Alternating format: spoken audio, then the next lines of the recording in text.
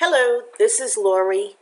I am going to do my very first Photoshop Elements video. I am going to show you exactly how I'm playing on a layout, and this is going to be geared to very brand new beginners because that's still what I am. And I'll be able to relate some of the things that we're doing to how you would scrap an artisan, because that's what my background is. So you might find this helpful, just a few basics on getting started putting a page together. I'm going to close this one so you can see exactly how I start. I'm working in PSC 2018. And usually I open it up first, and because I like the feel of how I scrapped an artisan. So I would go to File, Open, and then I'm going to browse to where the templates are that I want to use. And this is a folder where I only have .tiff or .psd files. I have not I'm working just in that folder of what you're seeing right here, and I'm going to pick this one with the mask so I can show you how I work with that. I am by no means a Photoshop Elements expert. I laugh at that. And there are a lot of tricks and tips that I do not know yet, but this is how I would build my page based on this. You can see when I brought it up, first I'm in expert mode, that's where I'm going to work, and when I brought it up, I don't see the whole page. On my keyboard, I am doing Control and the number 0, and that zooms it down so that I can see the whole page. Now, as I pull in photos, I'm going to pull in some photos first. Let me bring it over so you can see what I'm doing. And I do this the same way that I scrapped an artisan. It's not the way that everyone scraps an artisan, but it is the thing that most mimics how I've scrapped in the past. So I grabbed those several with my Control key. I dragged them over. You can see that I just dragged them over into this area. And what happens is they pop down into the photo bin. I click one time back on my page and it brings it up so that it's right in front of me again. And those photos remain down in that photo bin as well as up here. Now, in other videos, I've seen people doing many different things to get their photos onto this page. But again, my comfort level is with artisan, and that's how I want to proceed. I want to try to do everything as similar as possible. So in that vein, I'm going to grab a photo, I'm going to drag it, and when I drop it, I want to drop it right on top of the thing that I want it to adhere to, that I want it to attach to. So in this case, I dropped it on top of that photo exactly. If you look over here on the right-hand side with layers, you'll see here's the photo that I picked, and this is where I put this photo on top of it, but it doesn't go in like a live photo spot. So we have to put it there. Now, before I do that, see these handles? There are handles at the corners and handles at the sides and the tops. You only want to use the handles at the corners. And when you drag that in, you're looking at approximately what's underneath it, the thing that you want it to stick to, and that's the size you're going to make it, unless you want the picture zoomed up, and I'll show you more of that in a moment. Now, once you change the size of that, you have this check mark where you can either cancel or say yes. I can either click that check mark or I can double click in the photo. Either way, that will go away. And from here, I don't need to touch anything else on my mouse or screen, but down on my keyboard where you can't see, I'm hitting, and I'm on a PC, which a lot of you artisan users are, Control-Alt-G. When you do that, it sucks itself in so that it is now attached, and you can see it moves over to the right. It's now attached to this photo. If I wanted to zoom my daughter up in the picture, I grab those handles and then I can grab in the middle and move it around. Now that is exactly like a live photo spot. Again, down here we have the check mark that I could click, or I could have double clicked in the photo. I'll go back to the photo bin and I'm going to grab another one. So this one I'll bring up, and notice I'm not going to let go until I'm on top of the thing that I want it to be part of. I'll go grab my corner. I will bring it in to approximately where I want it to be. I do need to either check mark or double click, and then I don't need to go anywhere else. I'm going to my keyboard, Control-Alt-G, and that clips it to what's underneath it. And now I can move it around, a live photo spot. Okay, now I would fill in the rest of the photos that way, but let's talk about this mask. With this mask, I'm going to use this photo right here. So I'll grab it, I'll drop it on top of that mask. If you look down here, see where it is. It's right on top, it's over that mask layer. I will again grab the corners. I try to do that part first. And with the mask, I'm not going to be too awfully picky to begin with. I will double click to make that little check mark go away. Control-Alt-G. Now it's attached itself, it's clipped itself to that mask. Now I have no idea why on this template there looks like a shadow that's underneath this mat under the mask. The mat doesn't indicate that it has any effects on it. I'll talk about that in a moment. I'm going to just delete that. I don't like the way that looks, so I right mouse, delete layer. And then I'm going to start filling in papers. You now know how to do photos. So the way I do it is, since I can't make the photos that are still here disappear, I'm going to go select all of them. I'm using my Shift key. Oh, I had it, sorry. I use my Shift key and I grab all of those photos, right mouse, close. Now that will clean up this photo bin again for me, so I don't have to scroll down all over the place when I'm looking for something. I'm going to pull over the kit, the folder with the kit that I'm going to use. This is from the DigiScrap Parade a couple of Mays ago. And here are all my papers. I won't pull a bunch in. In Artisan, I would go ahead and pull in every single paper and then work with it from there. I'm going to just pull in a few to show you some basics. So I used my Control key. I've got a bunch of papers. I'm dragging them in. You can see they're filling the photo bin, but they'll appear up here again. So I just go down and I click, and that brings this tab with my template forward. Now, one thing I haven't showed you yet, and let me make sure to show you that, we want to save as we go along, but we do not want to just save it because it will overwrite the original. So at some point, and I try to remember this before I fill anything in, I go to File, Save As. I don't just save the first time. I save as. And then I will go to where I want to put it. So in this case, I have a folder that I'm working with called Practice Layouts. And when I go in there, I can either leave that name because this is my way of knowing how to credit it later on, or I can type a name that I want to. But since it's a working file, I'm going to leave it as a PSD file right now. I will, I've already got one in there, so I'm just going to replace that one.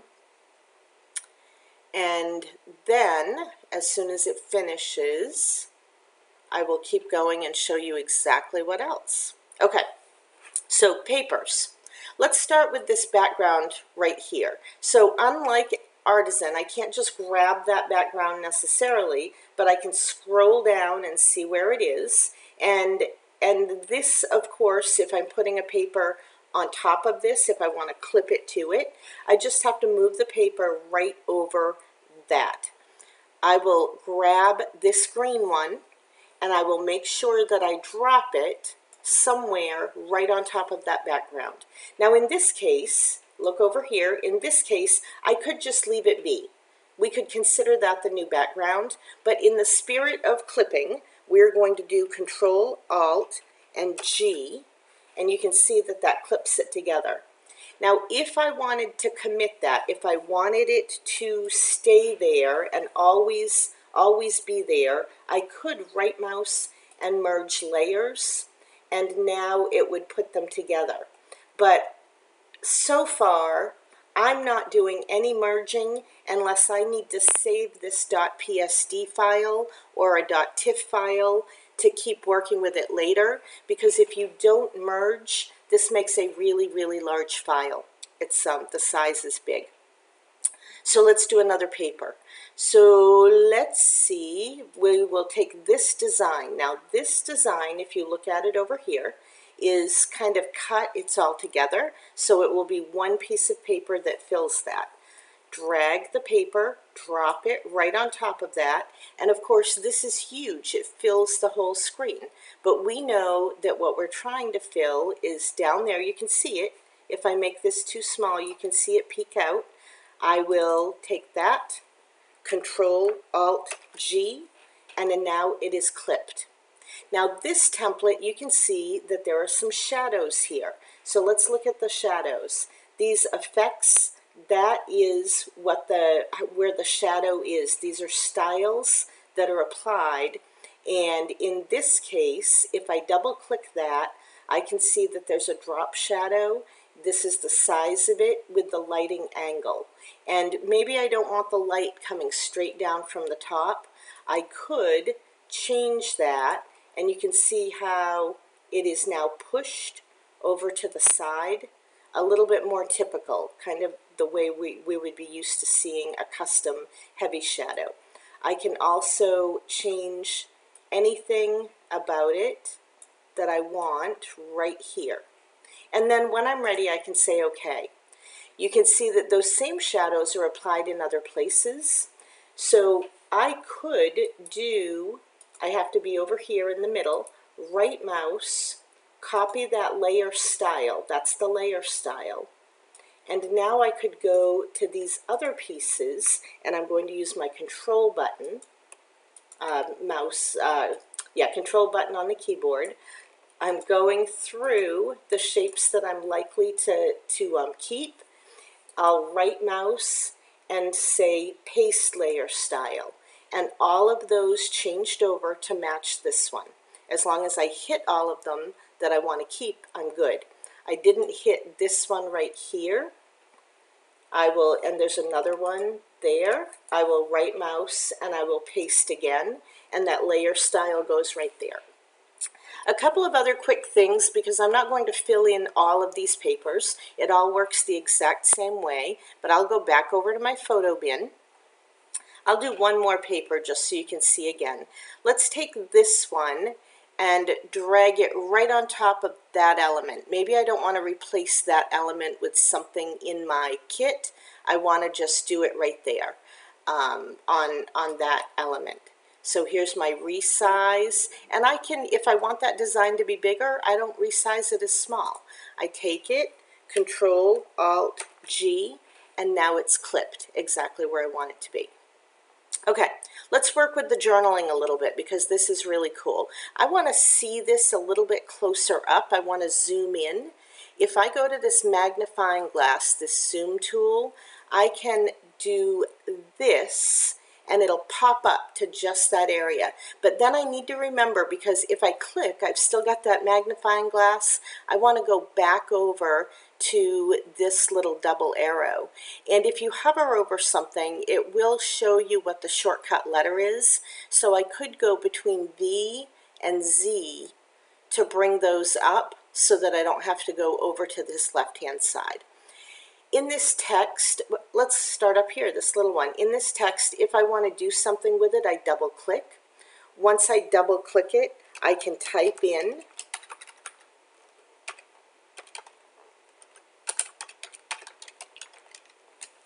what I want it to say. Of course, I have to do my green arrow or double click on it again. Let's pull it over into the space I want. And then if you grab a corner or you grab the handle, you can resize it without having to go in and change your font size directly. I can just resize this by grabbing my handles. I think that's pretty cool. I love that feature, and I will take that. Now, if I want this to be filled with a paper, I'll go down and grab my paper. I will bring it right on top of that text. Control-Alt-G, and my text is now filled with that paper. I didn't have to flatten it first. If I look on my layers panel, here's my live text. I can tell that that text is live.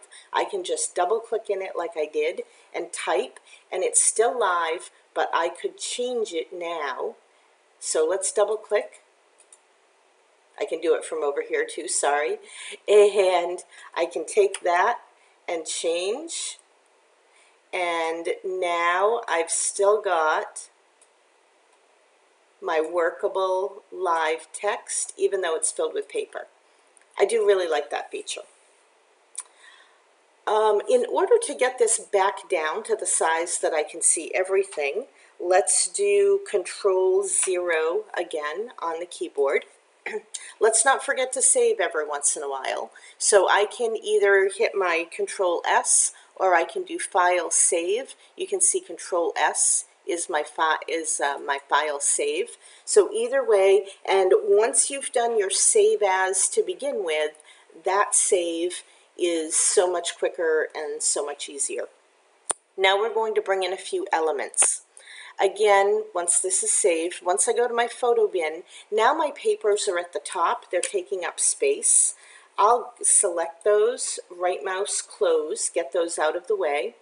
I did want to show you with this journaling card. I hadn't showed you that yet. I'll drag it up and treat it like a photo. I will move it over into the correct spot, resize it. I'll double click in it, Control-Alt-G, and now I've got my journal card centered in my photo spot exactly as I want it to be. Again, I will get rid of these, close. Elements. Here's my folder. I'm just going to go grab a few quick elements to show you because I don't want this video to be hugely long. I will grab these. Just drag them onto your layout. Go back and get your layout. And when you pull these, instead of being able to work over at the side as we did in Artisan, you have to pull them onto the page. If you want an element on the very top, you'll want to go see what your top piece is, and you can just drop it over that, so you don't have to worry about pulling it to the front. So in this case, let's say I want this Homegrown with Love at the very top of my layout. I dropped it over that, I resize, I'll commit that, I'll put it where I want it to be, and that I could consider good for the moment. Let's go back over to my photo bin. Now my leaf I would want underneath, and in this case I think I want my leaf above this mask layer but underneath the photos. So I'm going to grab that leaf and put it on top of the mask. You can see it goes underneath the photos nicely for me already. I'll resize it, and then I'm just going to tuck it somewhere for now and commit because I want to talk about the shadow. If you have styles that you've gotten from designers, you could have loaded those styles and then go in and get those shadows from your style folder, and all you'd have to do to apply them, there's a foliage one, is right mouse apply to document, and whatever you've got highlighted, it just applied that shadow. And if you apply a different shadow, it will change. Now I'm going to go back over to layers for just a moment, and you can see down here that it's got the effects. That is what just appeared when I put that shadow on. Let's go to my photo bin and grab a flower. I want that flower to be just above that leaf. When I resize the flower and I move it over, there it is, just on top of the leaf, exactly where we want it. I will commit that. I'm going to go to that leaf. I am going to right mouse, copy layer style. On the flower, right mouse, paste layer style, and there's my shadow. And then of course I could adjust it if I want, but I'm going to leave it for the moment. In essence, that is all I am doing right now when I make my pages. I am putting in and clipping my papers and my photos exactly where I want them. I'm pulling in my elements, trying to make sure that they land in the right place. If they don't, I can always move them to a different layer, but I'm really trying to land them in the correct place to save myself time. And then the journaling stuff, there is so much cool to do there, and I've only just shown you one of the totally basic, really fun things that I love about the journaling. So if you're just starting with Photoshop Elements, hopefully you find this relatively easy as a methodology to do, and let me know if you have any questions. Take care.